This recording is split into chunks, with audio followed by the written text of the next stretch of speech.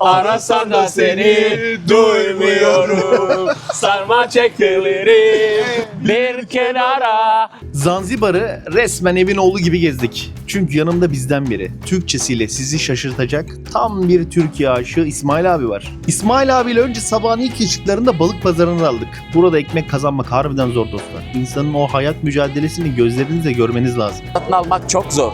Gördüğünüz gibi diğer arkadaşlar yüzerek teknelerin oldukları yere gidiyorlar. Tabii ki mücadele etmen lazım. Yoksa aç kalır. Stone Town sokaklarına karıştık. Burayı A'dan Z'ye İsmail abiden dinledik. Hatta bir ara kendimizi mahalle olayının içinde bulduk. Hakuna Matata. Hakuna Matata. Matata var burada diyor. Sıkıntı var. Burada cepte para yok. İnsanlar gariban ama hepsi neşe zengini. Her şeye rağmen şarkı söylüyor. Jambo Bara. Bu maceranın uzun ve detaylı hali YouTube kanalımda. Efendim herkese yeni bir videodan selamlar. Tanzanya'nın Zanzibar adasındayız. Burada ekibimiz sağlam. Zanzibar'ı gezeceğiz, dolaşacağız ama Sefer ve Yiğit her videoda olduğu gibi burada ve sürpriz konuğumuz İsmail abi. İsmail abi kendisi Merhabalar. Türkiye'de okumuş. Türkçeyi çok iyi biliyor. Türkiye sevdalısı. İsmail abiyle burayı tanıyacağız. Beraber gezeceğiz inşallah. Abi Türk seyircilere buradan ne demek istersin? Vallahi onları da Zanzibar'da bekliyoruz. Müsait olduklarında gelsinler.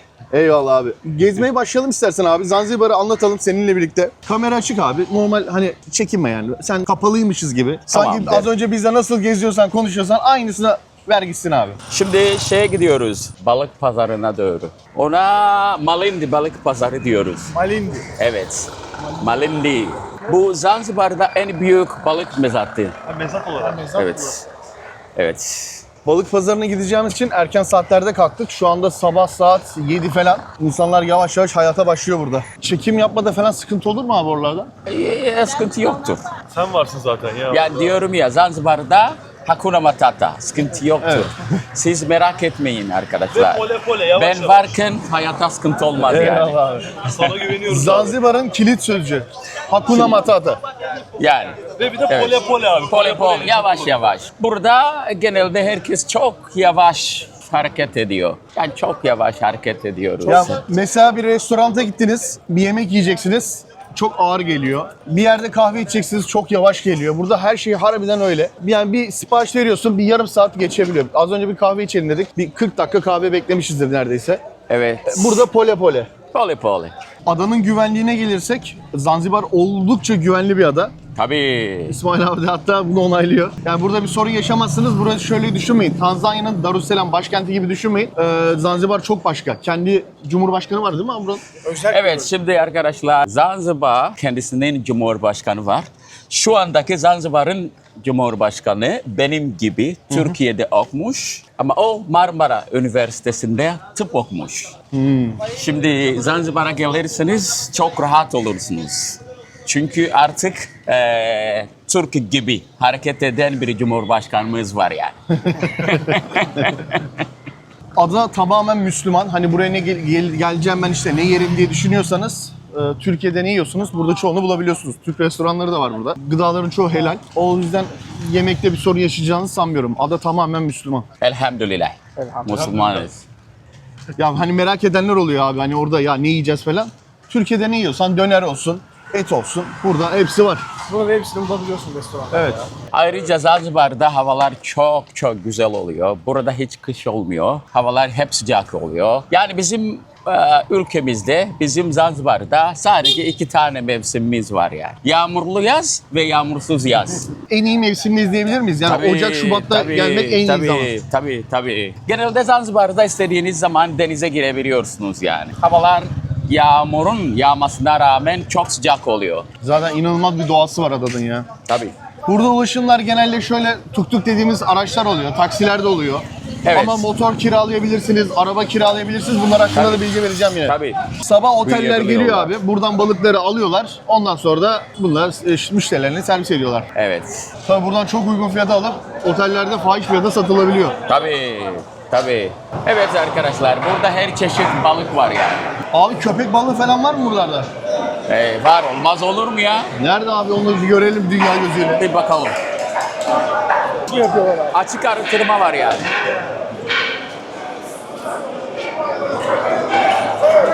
Burası açık arttırmaymış. Şunun mesela bütünü ne kadar bir fiyat geliyor bunlarda ortalama? Alo, assalamualaikum baba. Yani yaklaşık olarak 45 dolar. 45 dolar. Evet. Onun tamamı değil mi? Tabii, tabii. 45 dolara şu balığın tamamını alıyorsun. En son fiyat o değil yani. Evet, Pazarlık pazarlığı da var yapabilirsin.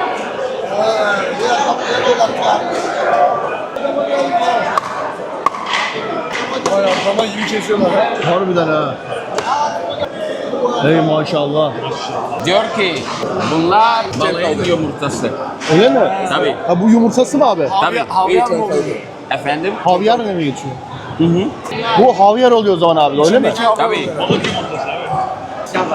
En pahalı balıklardan bir tanesi abi. Selamünaleyküm. Pole pole. Başla şarkıya. Jumbo. Jambo bwana, habari gani? Nzuri sana, eyo wageni. Wakaribishwa Zanzibar yetu, hakuna matata. Alkış. Abi şu an sabah en erken saatlerimiz ama insanlar inanılmaz neşeli ya. Kolay gelsin abi. Efendim insanlar burada hayatlarını geçindirmeye çalışıyorlar. Buradan denizden yakaladıklarında denizin nimeti. Yani burada yoksa insanlar nasıl karnını doyuracak, nasıl iş yapacak? Abi şu yüzenler ne yapıyor? Bunlar işte o gelen teknelerden balıklar almaya gidiyorlar yani. Evet. Vay be. Baksana yüzerek gidiyor adamlar. Tabii tabii. Yoksa alamazsın yani. Bitiyor. Yani geç kalırsan balıklar bitiyor. Anladım Alamazsınız. Şimdi arkadaşlar bu balıkçılar var ya genelde akşam saat 7 8 gibi işte denize çıkıyorlar. Gece boyunca denizde kalıp balıkları tutmaya çalışıyorlar. Sabah karşı işte geliyorlar bu şekilde ve işte burada tutmuş oldukları balıkları satıyorlar. Anladım abi. Ama bunların yani kullandıkları teknoloji çok eski. Tekneleri de gördüğünüz gibi çok eski. Yani geleneksel yöntemlerine dayanarak balıkları tutmaya çalışıyorlar. Anladım. Çok fazla balıklar yakalayamıyorlar ve çoğu zaman yetmiyor. O yüzden gördüğünüz gibi burada çok kişi bekliyor. Yani ekmek kavgası denilen şey şu an burada yaşanıyor. Jumbo. Jambo bwana, oh, habari gani? Nzuri sana. Mambo vipi? Hakuna matata. Hakuna matata. Yok diyor ki Zanzibar'a geldiğiniz için çok teşekkür ediyorlar. Sen de şunu söyle abi. Gerçekten çok iyi insanlar, çok cana yakınlar. Yani hawajakutana na watu wenye furaha, wenye upendo, wenye amani kama nyie. Bana pesa alafu hatuna. Hata ile shimia ndo na Diyorlar ki paramızın olmamasına rağmen neşeliyiz yani, mutluyuz yani. Hey, where come from? From Türkiye. Turkey. Yes, Türkiye. Hey, arkadaş. Arkadaş. Bu arkadaş bu balıkları balıkçılardan satın alıyor. Kendisi de bu şekilde, perakende şeklinde satıyor. Yani burada balıklar hem toptan hem de perakende şeklinde satılıyor. Anladım abi. Yani bazı insanlar buraya geliyorlar, balıkçılardan balıkları satın alıyorlar ve aynı yerde yani burada gide de satıyorlar. O şekilde geçiniyorlar. Mesela yani. ben diyelim balık alacağım ama geldim, bakıyorum geç geldim, kalmamış. Bu abilerden alıyorum öyle Tabii, mi? tabii. Zaten de balıkçılardan balıkları satın almak çok zor. Evet. Gördüğünüz gibi diğer arkadaşlar yüzerek teknelerin oldukları yere gidiyorlar. Tabii ki mücadele etmen lazım. Yoksa aç kalırsın. Evet doğru. Keyfin yerinde arasan da seni duymuyorum. Sarma çekilerim bir kenara pistin ortasında oynuyorum. Hakuna matata. Hakuna matata. Böyle abi, Zanzibar böyle işte. Şimdi Stone Town'ın çarşısına geldik. Adı neydi abi buranın? Darajani. Darajani. Burada genelde çarşı oluyor işte, insanların alışveriş yaptığı yer. Zanzibar'a ilk önce Portekizler gelmişler. Portekizler geldikten sonra Umman'dan Araplar da gelmişler. Umman'dan gelen Araplar Portekizlerle savaşmışlar. En son Umman'dan gelen Araplar kazanmışlar ve kazandıktan sonra sultanlık sistemi kurdular ve artık biz de onların sömürge altında olmaya başladık yani. Bu pazarı da Zanzibar'ın 8. sultanı tarafından yapılmıştır. Sene 1904'te. Sene 1904'ten önce Zanzibar'da doğru düzgün herhangi bir pazar yoktu yani. Bir şeyler satın almak istediğiniz zaman çok zorluk çekiyordun. Ya da bir şeyler, ürünleri satmak istediğiniz zaman çok zorluk çekiyordun. İşte o Zanzibar'ın 8. sultanı düşünmüş. Dedi ki artık insanlar çok eziyet çekiyorlar. Bir şeyler hem satmak istedikleri zaman hem de satın almak istedikleri zaman. O yüzden bu pazarı yaptırmış. Artık insanlar bir şeyler satmak istedikleri zaman buraya geliyorlar. Aynı zamanda da alışveriş yapmak istedikleri zaman buraya geliyorlar. Çalınmış telefonlar da satılıyorlar burada. Yani sizden bir telefon çalınırsa tabii ki İlk önce buraya gelmen lazım yani. Anladım abi. Aman Allah korusun abi.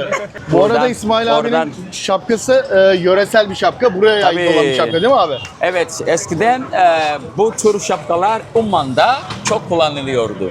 Ama az önce dediğim gibi biz de Umman'dan gelen Arapların sömürge altında kaldığımız için oradan da bu kültürü de çektik yani. Masai'den burada bu gördüğünüz arkadaşlar da Masai kabilesinden. Yero, Sobay. Hakuna Matata. Hakuna Matata bro. How are you? Good? Good. Where you from? Türkiye. Turkey. You want to come? Bunlar da kabileden. Evet arkadaşlar, bu tarafta et satılıyor. Dana eti. Tamamen dana değil mi abi? Burada hiçbir şekilde domuz ürünleri olmuyor. Yok, biz Müslümanız elhamdülillah. Domuz eti burada hiç satılmıyor. Bu tabii. Solo galiba. Bu almış mı? İyiymiş o. Hey maşallah. Lakin very strong. Güçlü vallahi. Yaşlı Öyle. olmasına rağmen çok güçlüyüm diyor. Evet vallahi maşallah. Etler böyle açıkta oluyor burada. Tabii. Bu etler hemen tüketiliyor mu abi? Yani hemen dağıtılıyor mu bugün? Tabii, Yani tabii, ertesi güne tabii. kalıyor mu etler hiç? Çok nadir. Çok nadir. Bu Efendim? buzlar yeşil olanlar ne diye geçiyordu ya? Bunlar pişiriliyor muydu acaba? Bunlar böyle yenmiyordu herhalde. Evet, genelde biz bunları pişiriyoruz. İçine de ya et ya balıklar ekliyoruz. Bu da galiba normal muz değil galiba değil mi herhalde? Büyüklüğünden dolayı diyorum. Tatlı Bunlar muz mu diye geçiyor? genelde pirinç ile beraber yiyoruz. Bunlar. Bir de abi kırmızı muz varmış galiba. Var. Hepsi çok pahalı çok güzel galiba. ya. Çok mu pahalı abi o? O kadar pahalı değil ya, normal değil. Genelde turistler yiyorlar yani. En iyisi kırmızı mı abi? Tabii. Bir deneyelim mi? Kırmızı. Abi mesela diyelim ki sen bu salkımı alacağım böyle. Ne kadar satıyorlar bunu böyle alayım desem? 10 ile 20 dolar arasında. 10-20 dolara şöyle tam bütün hepsini alıyorum. Bayağı da var bunda. Tabii ki. Ama Ramazan ayında fiyatları birazcık yükseliyor. Hadi ya. Çünkü müzlere ihtiyaç çok oluyor. Yani Burada Ramazan'da biraz zor geçiyordur. Havanın Tabii. sıcaklığından dolayı. Tabii. İnsanların hem iş gücü hem oruç kolay da değil. Peki abi burada oruç tutma oranı nasıl? Yüksek mi? Yaklaşık olarak hepimiz tutuyoruz yani. Yani Türkiye'deki gibi. Anladım abi. Türkiye'deki Peki gibi. mesela diyelim ki Ramazan zamanı burada insanlar yemek yiyor falan dışarıda böyle. Hani ayıp gözüyle bakıyorlar mı? Çok burada? ayıp. Zaten yasak yani. Yani yemek Ramazan ayında yemek istersen kapalı bir yerde yemen lazım yani. Türkçe mi biliyor? Selamünaleyküm. Türkçe biliyor musun? Aa, ne diyor? Abi beni anlıyor. Anlıyor. Abi Türkiye'de mi yaşamış? Yok, diyor ki Türkiye'den gelen çok misafir var. O yüzden Hadi ya. azıcık biliyor. Ya iyi öğrenmiş yine. Onlarla- Pazarlık yapayım öğrendi herhalde. Bu ne olabilir arkadaşlar? Abi bakayım ya. İçi boş mu? Kuş yuvası. Kuş yuvası diyor. Çok tehlikeli adam değil mi Sefer abi? Çok tehlikeli. Ama böyle bir şey Hindistan kuşlar cevizi yapamazlar ki. Baksana. Yok içinde girmiş abi. Baobab ağacı var ya. Hiç Efendim abi? duydunuz mu? Ne abi? Baobab. Baba var. Baobab ağacı. Ha, yok, Hiç duymadım. görmediniz mi? Yok. Hadi ya. Balbao. Balbao deyince aklıma Peki- Rocky Balboa geldi şu an. Peki yenilebilen bir şey mi abi? Evet, içinde genelde çekirdekler oluyor. Biz o çekirdekleri alıp kızartıyoruz. Baharatlar göreceksiniz içindeki burada. çekirdekleri. Deneyelim bakalım ya. Allora, nasema who is it whipping? Bir whip. Aa, kırmızı muz. Karpuz baksana arkadaşlar. olmuş olan Diyarbakır yok. karpuzu. O ne olmuş abi? Yani bunlar Dağılmamış mı? daha olmamış yani. Olmuş başka olan yere yoktur Vay yani. be, kırmızı muz. Böyle bir şey demek ya. İlk defa gördüm şu an. Tabii Evet Zanzibar arkadaşlar. en çok baharatıyla ünlü abi değil mi burası? Tabii O o yüzden yüzden burada Zanzibar'a ne diyoruz? dünya kadar baharat var. Ben Bakar böyle mısınız? sebacı. Baharatın her tonu var burada. Bak safran var. Aa, safran. Zencefil, Zencefil, tarçın. tarçın. Ya ne kadar güzel paket yapmışlar böyle ya. Paketleri çok güzel değil mi? Balığa benzetmişler falan. Efendim şimdi Stone Town'un ara sokaklarına dalıyoruz. Burası şehir merkezinin eski yerleşim yerleri. Tabii. En eski tabii. yerleşim yeri burası. Evet. Şimdi abi şunu sorayım sana. Bu Stone Town niye deniyor ona? Binalardan dolayı mı? Evet arkadaşlar, Stone Town'undaki binaların çoğu taştan yapılmıştır. O yüzden Stone Town, Stone Town. Stone Taş şehir. Türkçesi taştır. Evet, ondandır yani. Tabii buranın bir de acı tarihi var abi. Acı bir geçmişi var. Doğru. Hüzünlü bir geçmişi var Zanzibar'ın. Ona da değiniriz. Kapılardan başlayacağım ama şu anda o kapılardan göremedim. Dikenli kapılar. Dikenli kapılardan. Onların anlamlarını da sana soracağım abi. Tabii Zanzibar'da da kapılar açısından çok meşhurdur. Bu sokaklar sizi korkutmasın. Böyle ara sokak, işte aman önümüze biri çıkar mı falan. Zaten her yerde kamera var bu arada. Sokakların hepsi izleniyor. Ayrıca de zaten Doğru. çok güvenli. İnsanlar çünkü turisti burada çok seviyor değil mi abi? Tabii zaten onlardan parayı kazanıyoruz yani. Turistlerden ekmeklerimizi kazanıyoruz yani. O yüzden onları korumak için elimizde gelen her şeyi yapıyoruz yani. Burada alışveriş yaparken falan pazarlık yapılıyor abi değil mi? Pazarlık yapmanız lazım yoksa kazık yersiniz yani. Siz beyazsınız ya, şöyle düşünüyorlar ya. Hı hı. Yani sizde çok para olduğunu düşünüyorlar yani. Pazarlık şöyle değil mi? Örnek veriyorum abi. Mesela adam dedi ki 10 lira dedi. 10 liraya 3 lira mı demek lazım? Tabii ya 3 ya 4. Yani, Yani maksimum yarı yarıya 5'ten düşüreceğiz yukarı yani. vermemek lazım. Ya. Maksimum 5 hani. Çok beğendiysen hani 10'sa 3'ten açarsın kapıyı. 4 belki 5 belki o da. Yani en fazla 6. Mesela burada bir kapı var abi. Benim araştırmama göre şöyle. Şunların her biri ne kadar çok varsa o bu kadar zenginliği gösteriyormuşlar. Öyle mi abi? O da olabilir yani. öyle Şimdi diyorum. arkadaşlar bu tür kapılar eskiden Hindistan'da çok kullanılıyordu. Filleri düştüler. Tabii bildiğiniz gibi Hindistan'da çok fil var. Şimdi oradaki insanlar kendilerini fillerden korumak için bu tür kapıları kullanıyorlardı. Filler içeriye girmeye çalıştıkları zaman bunlardan acı çekerek giremiyorlardı. Ama artık bunlar Zanzibar'da görsel amaçlı olarak kullanıyoruz yani. Ya Ve bu- dediğim gibi burada Hint kökenli çok insan var. Zaten görüyorsunuz sokaklarda. Onlar bizden, ben Afrikalıyım ya, onlar genelde bizden daha zenginler. Yani bu kapılar burada tamamen zenginlik gösterir. Yoksa fillerle bir alakası yok bu kapıların.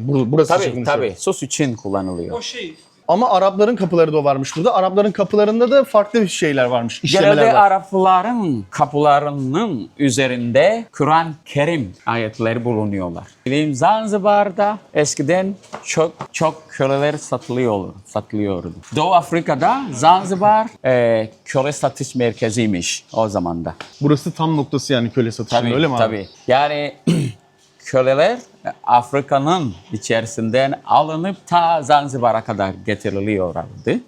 Yani Zanzibar'a kadar getiriliyorlardı. Ve Zanzibar'a vardıktan sonra açık artırmada satılıyorlardı. Zanzibar'dan satın alınan köleler ya Asya kıtasına ya da Avrupa'ya gönderiliyorlardı. Batı Afrika'dan satın alınan köleler Amerika'ya gönderiliyorlardı.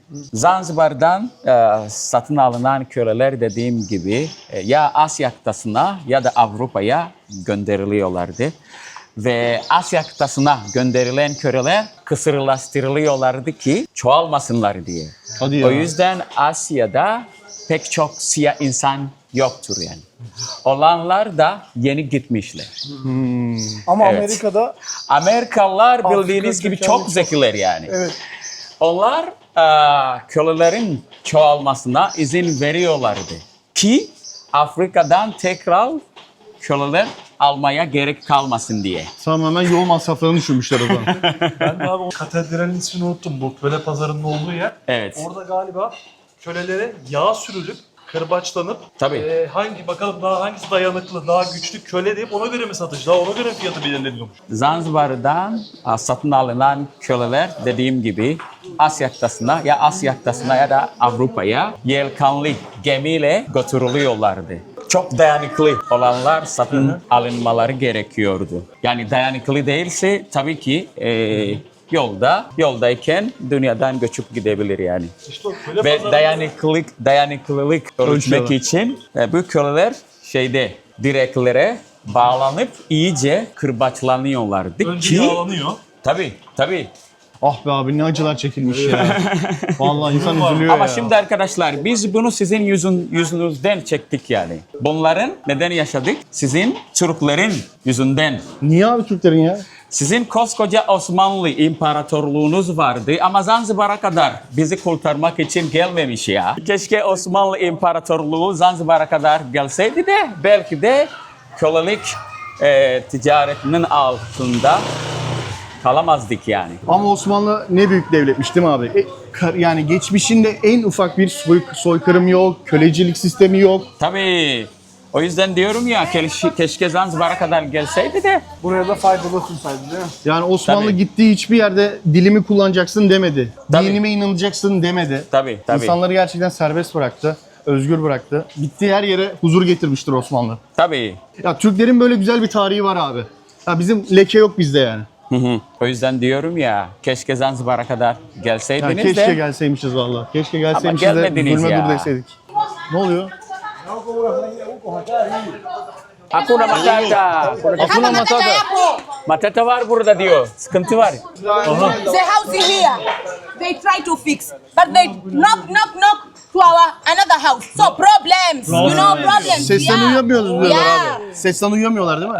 So we are scared. Tadlat ediyorlar ya. Evet. Şimdi şey yapıyorlar yani. Abi uyuyamıyorlarmış galiba Çekici gece. yok. Hem uyuyamıyorlar hem de o tarafta yıkılıyor. Burada vurdukları zaman Anladım. yani. Onlar da sallanıyor yani. Sallanıyor. Korkuyorlar. İçeride kalamıyorlar. Basi fulusi ngef kumi kanwe chai. Ne diyor abi? Mwambie kwa kumtafsiria sasa. Kahvaltı yapmadım ya. Öyle diyor. Burada zaten yapanı görmedim abi. Anasemaje? Bir şeyler yapın ki biz de kahvaltı yapalım. Öyle diyor. Nerede? Ana kuru sasa Valla kunde biz de waktu yapmadık kapatı abi. Seninle çay. birlikte çıktık işte. Huku tendeni. Çağırıyor mu? Çağırıyor. Gelin arkadaşlar. Çağırıyor. Gelin. Nereye gidiyoruz abi? Gelin. Invite Yok you yok. inside our house to see.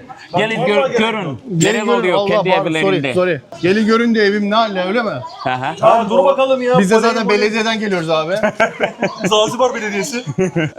Hello, Böyle, hello, böyle. my friend. How are you? Good. Give me five. Give me five. Give me five. Give me five. Give me five. Çocuklar her yerde çocuk var. Böyle. Nereye değil oğlum? Evet, şu anda Zanzibar'da bir eve geldik. İnsanların yaşadığı yere göreceğiz. Burası da sallanıyor. Rahatsız oluyorlar. Korkuyorlar.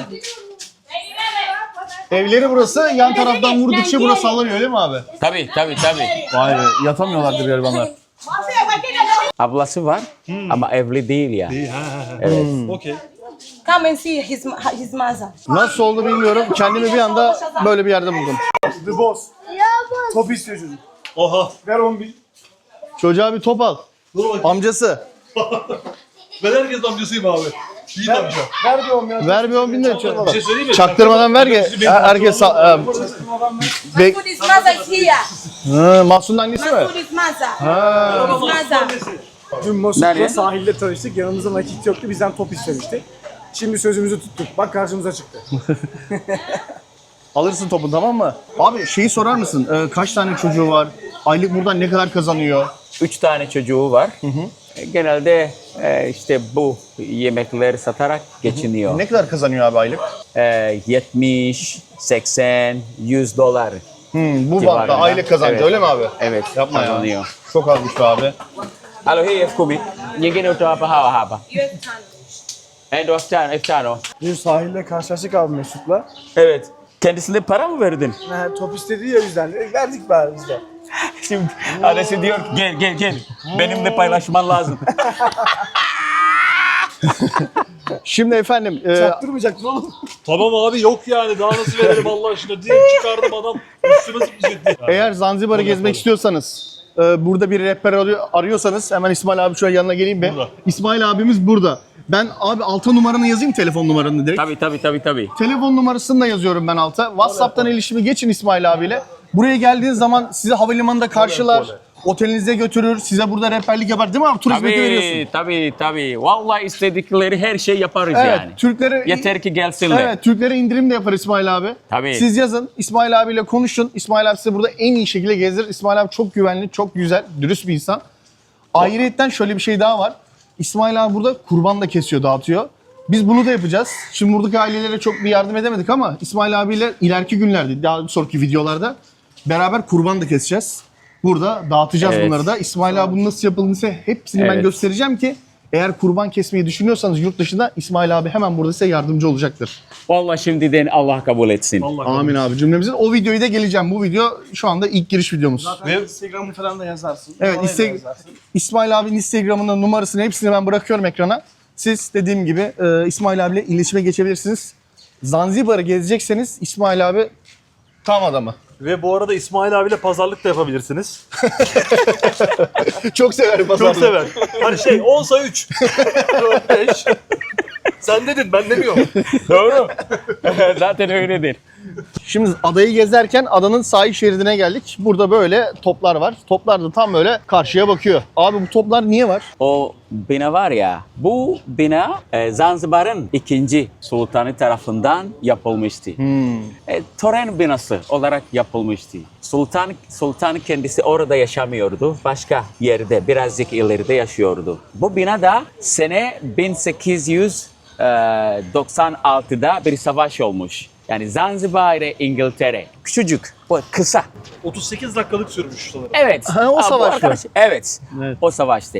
Bunlar da sembolik olarak böyle yapılmış. O binayı korumak için yani. Ya İngilizler çıkan sultanı istemiyorlar. İntat'tan diyorlar. O da inmem diyor. Savaş oluyor. 35 dakikada bitiyor. Evet. Evet. Anglo War, Anglo Savaş diye deniyor. 35 dakika dayanmışlar. Helal olsun. Ya 35 dakika da az değil abi. Yarım saat de az değil yani. Şimdi o bina var ya arkadaşlar, biz ona acayip evi. Yani Doğu Afrika'da ilki asansörlü binası olarak geçiyor. Bir de Zanzibar'da ilki elektrik ve ilki akan suyu olan bina Hadi olarak ya, geçiyor. ilk elektriği O yüzden olan bina. buraya gelen insanlar şaşırıyorlardı. Aa, lambalar yanıyor, lambalar yakıyor, sular akıyor. Bu acayip ev ya. Ondandır yani. Vay be. İngilizce'de House of Wonder, yani acayip ev olarak Anladım abi. söyleniyor. Şu an restorasyon mı yapılıyor? Tabii, tadilat ediliyor. Vay be. İlk elektrikli ev bu yani. Ha? Bir de Tabii. asansörlü. Asansör, Doğu elektrik, Afrika'da, su. Doğu Afrika'da, Bu Afrika genel olarak. Doğu Hadi ya. Afrika'da. Ve ilk asansörlü bina. Tabii. Ama Zanzibar'da ilki akan suyu. Ha, sular yükseliyor arkadaşlar. Korkmayın. Burada Zanzibar'da Hakuna Matata. Efendim bu su yükseliyormuş. Ne zaman çekiliyor abi bu su? Değişiyor. Vallahi 2-3 saat sonra çekilecek. Buralara kadar çıkıyormuş bu sular. Şu çıkıntılara kadar. Ondan sonra bir çekiliyor böyle neredeyse kum gözüküyor. Bazı sahillerde büyük ihtimal denk geliriz zaten. Gelecek videolarda gösteririz. Bazı sahillerde arkadaşlar yani bayağı kilometrelerce çekiliyor. Gel gitler. Aynen gelgitlerden dolayı. Ay. Jump. Okay. Oho. Bayağı zıplıyor lan. Zıpla lan. Evet zıplama yarışı. Bekle. Masai mi Yiğit mi? Survivor başlıyor. Bu. Yiğit sen zıpla. Yiğit zıpla bakayım bir Allah aşkına. Hadi koçum. Vatan hadi. Vallahi aynı abi. Hadi. Yarışın bakalım. Alo hemşire nay. Hadi bir, goya. Nedeni kopamoya. 1, 2. Goya. Ha, 1, 2, 3.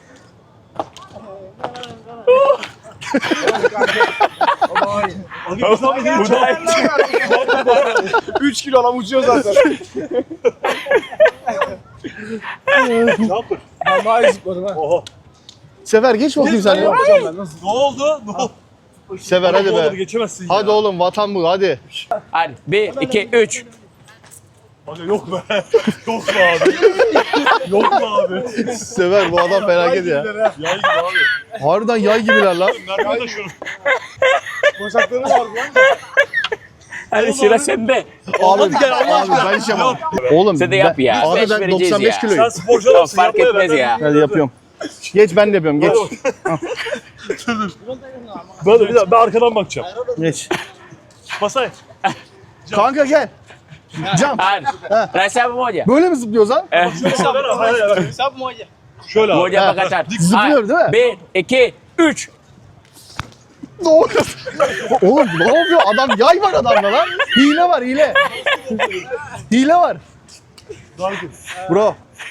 Good. Bro, close. Adam zaten yani şimdi söyleyemiyorum. Adam zaten böyle geziyor ya. Alt bomboş.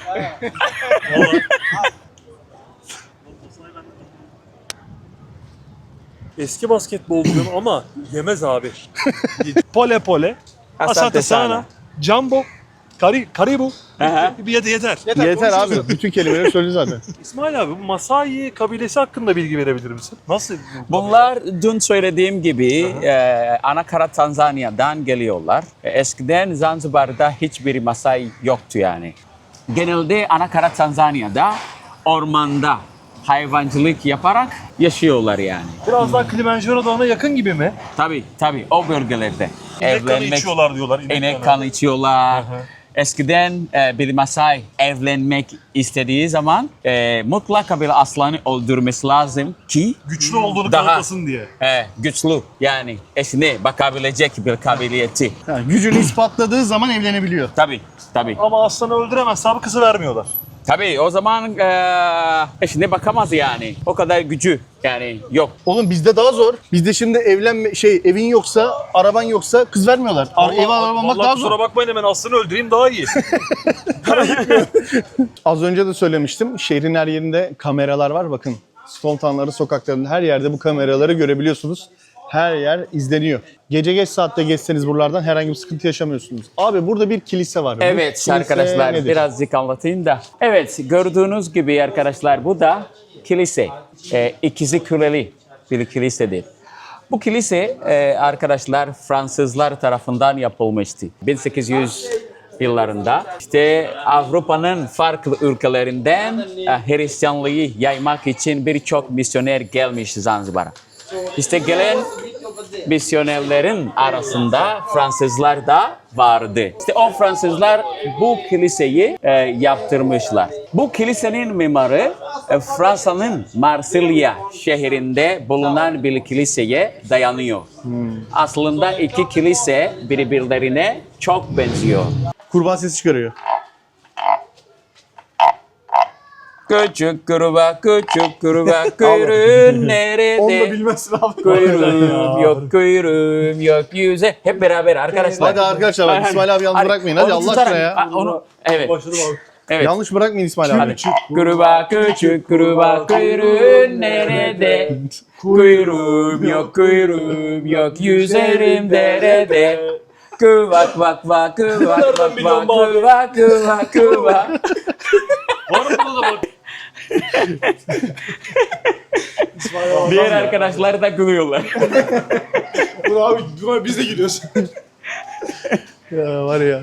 Abi bak bu ev satılıkmış mesela. Süleyman Hilal satıyormuş burayı. Satıcı. Arayayım da paylaşıma çıkıp bakayım ya müşteri getireyim ben bana abi. Evet arkadaşlar. Abi ne kadar mesela böyle bir ev almak ne kadar burada? Ya ben desem ki hani burada Stone Town'ların sokaklarında şöyle bir ev almak istiyorum. Ne kadar bir para öderim? $100,000 $100,000. civarında ödemen lazım. Anladım abi. Ama mesela Stone Town'da değil. Böyle güzel bir sahilde müstakil bir ev alayım desem. Villa tarzı. Nugbi olur, Paji olur. Orada ne kadar öderim? Genelde fiyatlar $50,000'dan başlıyor. $50,000'dan başlıyor. Stone Town'undaki evler çok pahalı oluyorlar. Abi buranın sokaklarını belediye mi temizliyor yoksa halk herkes kapısının önünü kendi mi temizliyor? Hem halklar, burada yaşayan halkı temizlik yapıyorlar. Hem de belediye de temizlik yapıyor. Zaten kendi evin var ya, kendini temizlemek lazım yani. Tabii. Şimdi burada bir de Dün geldiniz mi? geldik abi maç izledik.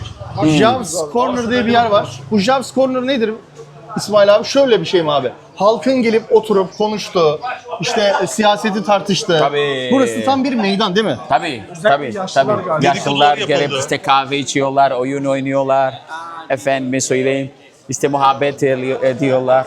Hatta biz ilk geldiğimiz akşam çekim yapmamıştık. Burada maç izliyorlardı. Arsenal Liverpool maçı vardı. Telefondan çekmiştim. Eğer silmediysem, telefonda duruyorsa onu da ekrana koyuyorum şimdi. Burada insanlar maç izliyorlar.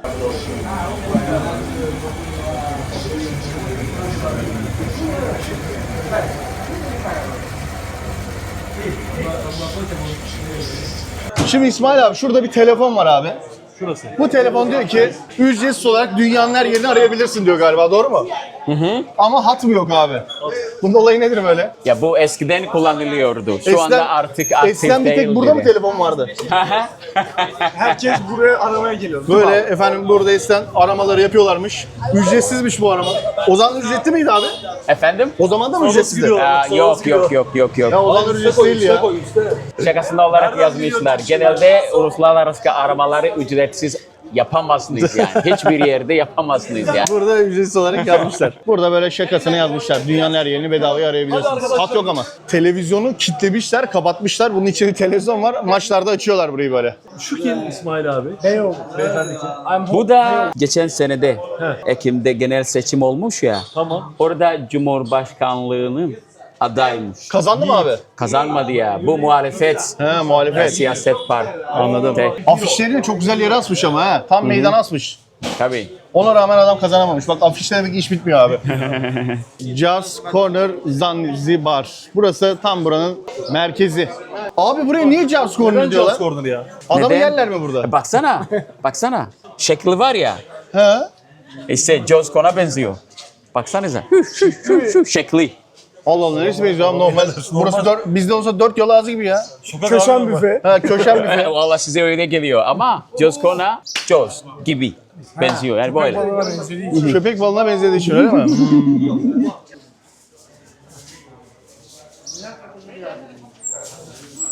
Bak bu da Araplardan işte var. Yukarıda Kur'an-ı Kerim'den şeyler yazıyor. Anladım. Arapların kapıları da böyle oluyor ha. Sokaklarda her yerde görüyorsunuz. Turistleri çok rahat geziyorlar ve turiste kimse dokunmuyor. Yani içiniz rahat olsun. Hiç endişe etmeyin burada gezerken. Bunlar ne abi? Baobab. Baobab. Baobab. Çatalla mı, kaşıkla mı? Eliminen dayı eliminen. Abi o fırlayacak gibi. Bir Aynen şey abi. olmaz. Oho. Şimdi arkadaşlar baobab ağaç var ya. Evet. O baobab ağacının meyveleri oluyor. O meyvelerinden çekirdekler bu halinde çıkıyor. Bu sabah gösterdiğin değil mi abi? Biz bunları da kızartıyoruz. Baharatlar da ekliyoruz. Bu hale geliyorlar. Ondan sonra emiyoruz yani. şeker gibi. Şeker gibi. Emiyorsun en son. Ha, yutmuyorsun değil mi abi bunu? Yok Em. yutmuyorsun. Aa, Bana ver. birazdan alırım ya. Çok iyi. Bu şimdi çekirdek mi? Oha, bu nasıl bir şey ya? Dışı baharat. Tabii. Abi bu bildiğin şeker ya. 6 tane var ağzında da bitireyim. Bu kadar mı abi? Daha emiyor muyuz bunu? Evet onu tıkıyorsun. Bu atıyorsun. bitti mi? Tabii. Bitti bu kadar. Tabii. Vallahi benim Bu ağzımda hangisi? 5-6 tane var ama. Hangisi hatırladın mı? Ne? Pazarda göstermişti ya, ben dedim ya kuş yuvası var. He. Onun çekirdeği. Kaç taneymişim bak. Halk turiste o kadar alışmış ki kamera olarak hiçbir sorun yaşamıyorsunuz. Yani şu an kendimi Asya'da gibi hissediyorum. Afrika'da demeye şahit lazım. Normalde Afrika'da kameranı çıkartamıyorsun. Herkes kapa kapa diyor. Ben burada daha kapa diyeni görmedim. Yani bir turist polis demişti. Sağda. Gideceğimiz yer neresi abi? Buradan geçelim. Gezerek gidiyoruz. İsmail abi be. Bir Efendim? de izleyenlere söyler misin abi? Bak şu anda eminim izleyenler, televizyondan da izleyenler var. Evet. Abi abone olup yorum yapmalarını söyler misin? Ben diyorum çoğu kişi yapmıyor da sen söylersen sana belki yaparlar. Abone ol. Abone olur musunuz? Yorum yapar mısınız? Paylaşır mısınız? Kanala abone olursanız çok seviniriz. Heh, yorum da yapsınlar abi. Yorum da yazsınlar. Evet. Hem abone olun kanala hem de yorum yaparsanız çok seviniriz yani. İsmail abiyi kırmayalım. Şimdi buraya gelenler yemek yiyecekse adres burası değil mi abi? Look mu? Tabii. 2 gündür tabii. burada yemek yiyorum. Burada Lukman. yemek yiyebilirsiniz Çok arkadaşlar. güzel yemekleri var. Çok çeşit yemek var burada ve fiyatlar da çok uygun. Öğlen gelelim hep beraber bir yemek yiyelim abi. Izgara tavuğu da çok iyi. Şimdiden çok teşekkür ediyorum. Şimdi yemek yemeye geliriz birazdan abi. Ne demek abi ya? Ya sen bizdensin abi. Öyle mi? Tabii sen Valla bizdensin. farkında değildim ya. Gelin. Hadi gelin. İlk yerim. Başla. İlk başla. Hakuna Matata.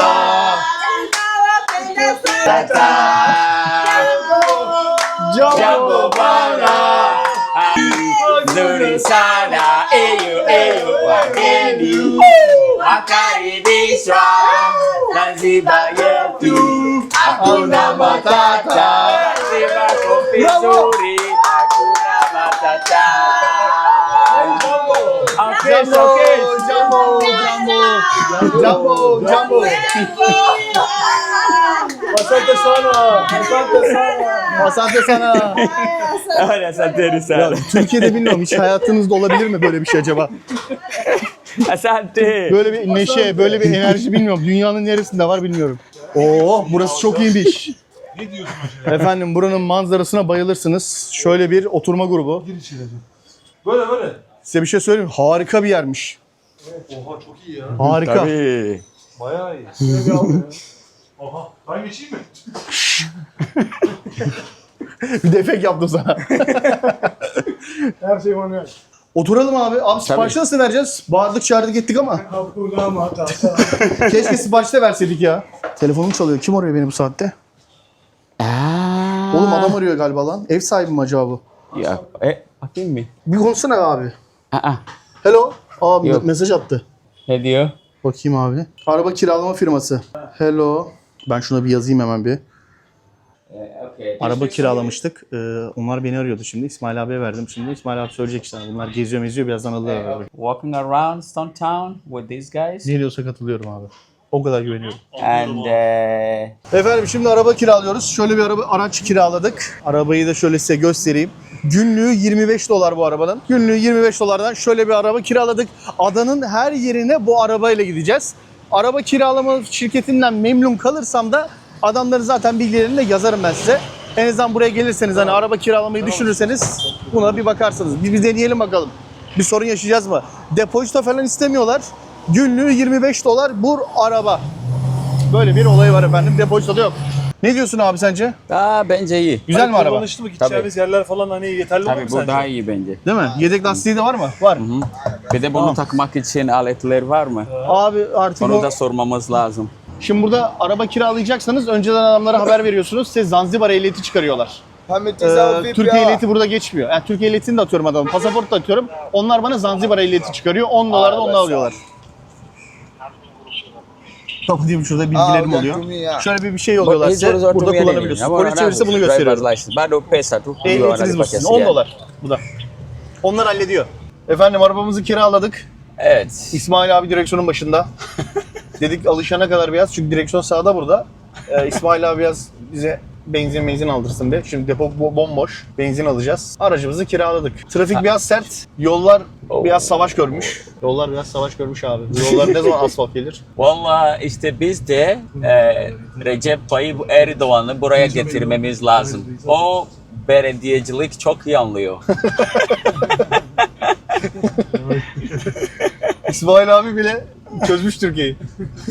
Benzin yoktur burada. Benzin mi yok? Evet. Aman abi ne yaparız biz benzinsiz? Öyle şeyler de mi var abi ya? Alo tutup api baba. Yok mu? İleride. Tutup. Şimdi yakıtımızı alırız. Ondan sonra da arabayı bir yere park ederiz. İsmail abi işte tüm ekip güzel bir yemek yeriz. Doğrudur. Jumbo.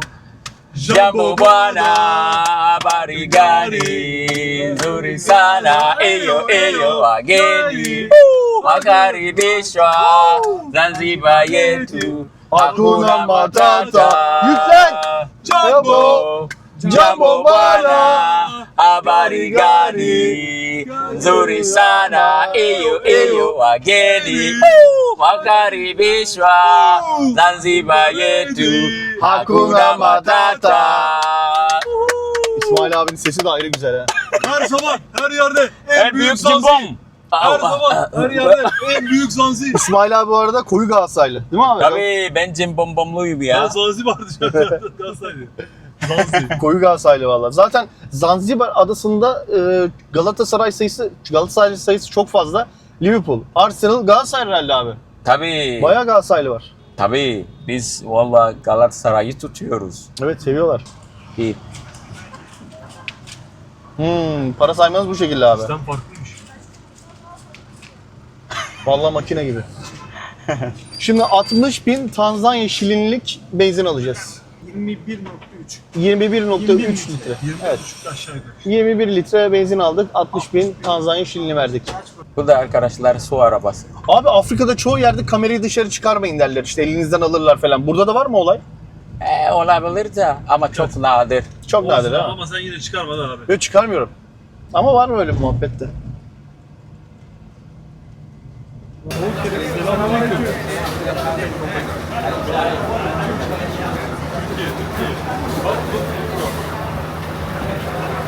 Efendim yemeklerimiz geldi. Ben şöyle bir balık söyledim.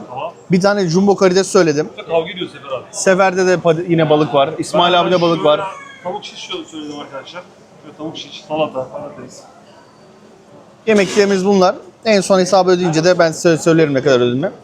Şimdi yemek yerken fazla rahatsız etmeyelim. Zaten bunlar bilindik şeyler. Bu ne abi? Gelmiyor mu? Çok sağlıklı bir şey bu. Hadi afiyet olsun arkadaşlar. Soğuk. Bu tahmin edin arkadaşlar. Bu ne olabilir? Bal. Bal abi. Tabii. Bal. Hani? Orijinal bal değil mi abi? Tabii. Bu arada- petekli. Petekli bal. Neredesiniz siz yine diyeceksiniz. İsmail abi bizi bir tane daha pazara getirdi. Zanzibar'da en büyük pazar budur. Yani buraya yerel halk geliyor tamamen değil mi abi? Tabii genelde yabancılar buraya gelmiyorlar. Ama güvenli yani bir sıkıntı yok. Çok güvenli. Tabii ben de görmedim herhangi Alın bir bir sorun. tane bak baba. Ben genelde bu adamdan bal satın alıyorum Ha, da bal mı ama alıyorsun? numarası bende yok. He. Alıyorum şimdi. Tamam. Jambo bwana. Jambo bwana, kwa jina la Yesu. Şarkıya girip başla. Jambo. Jambo Jambo bwana, Bir yandan da böyle. habari gani nzuri sana, eyo eyo wageni wakaribishwa Zanzibar yetu, hakuna matata. Efendim bir anda böyle oldu. Alkış, alkış. Pole pole. Yine nasıl buraya düştük biz arasız? Bu soğuk zehirli işte. Bunu akıl Burada ne olursa olsun insanlar ne kadar böyle çalışıyor da yorgun da olsa olsun bu şarkıyı söylediğin an tüm kapılar açılıyor. İlginç. Yani insanlarda en ufak böyle agresiflik yok ya. Muazzam bir şey. Bundan önce görmedim ha. Zencefili kesinlikle tavsiye ederim. Ben de sürekli tüketiyorum. Buradan Tamam, sevgili bas, eşime bas, de bas, teşekkür ediyorum. Bana güzelce zencefil hazırlıyor. Limonlu falan böyle hazırlıyor. Akşamları içiyorum. Çok iyi geliyor. Ben de kendi eşime teşekkür ediyorum. Onun sayesinde geziyorum. Hayda. Ben de buradan bütün aileme teşekkür ediyorum. Ya valla ben de Türklerin sayesinde şimdi gümbür gümbür geziyorum. O zaman ben de bir dakika. Yani ben de sana teşekkür ediyorum İsmail abi. Teşekkürler. O da uşuyor.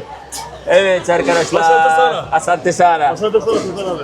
Bir yerden gelmiş ona. Bak zabıta yazıyor adamın arkada. Hadi gidiyoruz. Gidiyoruz. Gidelim oraya kadar. Jambo. Jambo bwana, habari gani? Nzuri sana, eyo eyo wageni wakaribishwa Bunu değil kanka adamın. Zanzibar yetu, hakuna matata. Hii fulana yetu bwana, unaona hapa bendera hii? Umenunua wapi? Bwana hii fulana yao bwana, vua. Göster sen de göster. Göster. Fıla göster. Geldi polis Hii fulana geldi. yao bwana hii. Hii vue bwana. Şanlı bayrağımız Umenunua be. bei gani? Baksana be. Ya İyi Çatalca beni Belediyesi var. nasıl geldin buraya ya? Vallahi Çatalca Belediyesi helal olsun. Çatalca Belediyesi'ni tebrik ediyorum. Tanzanya'nın Zanzibar adasına kadar gelmiş. Tebrik ederim. Ya abi. Abi nereden almışsın? Diyor ki bu tişörtü çok sevdiği için onu satın almış yani. Aa, thank you bro. Özellikle bu bayrağı. Asante sana. Türk Bu bayrağı. bayrağı var ya Bro, çok seviyor. Bak dur. baş koymuşum Türkiye'nin yoluna. Ding, ding, ding, ding, ding, ding, ding. Telif olmasın diye böyle yaptılar. Hayda. Wolf. Kör olsanız bile göreceksiniz. Bakın bakın. Aynen. Aa, Thank bana- you. Asante sana. Asante sana. Ya bu kadar kolay insanlarla konuşmak. İnsanlar çok iyi insanlar. Herhangi bir sorun yok yani. Bunu hep söyleyeceğim çünkü buradan çekinebilirsiniz ama çekinmeyin. Hani hissetsem o korkuyu size söylerim. Yok yani. Efendim videomuzun sonuna geldik. Artık yol ayrımındayız. İsmail abi buradan arabasına binecek. Kendisi şehrine dönecek. Stone Town'a dönecek. Ama biz Paje şehrine doğru devam edeceğiz. Paje'ye gideceğiz. Size Zanzibar'ın farklı noktalarını göstereceğim. Zanzibar'ın her yerini sizi götüreceğim. Zanzibar'ın girmediğimiz bir yeri kalmayacak efendim. Lütfen videoları izlemeye devam edin. İsmail abiye çok teşekkür ederim. İsmail abiyle daha videolar çekeceğiz. Daha İsmail abiyle videolar gelecek. Beraber kurban da keseceğiz. Kabilelere de gideceğiz. Zanzibar'ı alt üst edeceğiz Yerel İsmail törenlere abiyle. gideceğiz. Hepsini yapacağız baba. Danslar, düğünler hepsine. İsmail abi bize vakit ayırdığın için çok teşekkür ediyorum. Vallahi ben de sizlere Zanzibar'a geldiğiniz için çok teşekkür ediyorum. İnşallah bundan sonra yine de beraber gezmeye çalışacağız. İnşallah. İsmail abinin telefon numarasını, Instagram'ını bırakıyorum. Lütfen Instagram yani İsmail abiyle böyle lüzumsuz yere değil de gerçekten gezmek istiyorsanız Aynen öyle. İsmail abiyle iletişime geçin. Kendisi Türkiye aşığı birisi. İsmail abiye de hem burada bir yardımcı olmuş oluruz hem de İsmail abi adayı çok iyi biliyor. Tabii. Yani Türklerin sayesinde de ekmeğimizi kazanabiliyoruz. Ya, sizleri gerçekten Zanzibar'da bekliyoruz. teşekkür ederiz abi. Burada kapılarımız her zaman açıktır yani. Çok teşekkür ederiz abi. Gel kapatalım güzelce. Efendim bir başka Gel, videoda gel, görüşmek gel. üzere. Abicim, Sonraki çok videoda memnun oldum. görüşeceğiz. İsmail abi yine bizimle olacak. Kameraya bak, İsmail abiyle gezmeye devam edeceğiz. Bir sonraki videoda görüşürüz. Kendinize iyi bakın. Hoşça kalın. Hoşçakalın. Allah'a Hakuna, emanet olun. Hakuna Matata. Hakuna Matata. Hakuna Matata. Hakuna Matata. Zanzibar. Hakuna Matata. Zanzibar. Hakuna Matata. Yok Zanzibar. Zanzibar. Hakuna Matata. Zanzibar. Hakuna Matata. Hakuna. Matata. Abi bitmeyecekti o. Hakuna. Görüşürüz efendim. Kendinize iyi bakın. Hoşça kalın.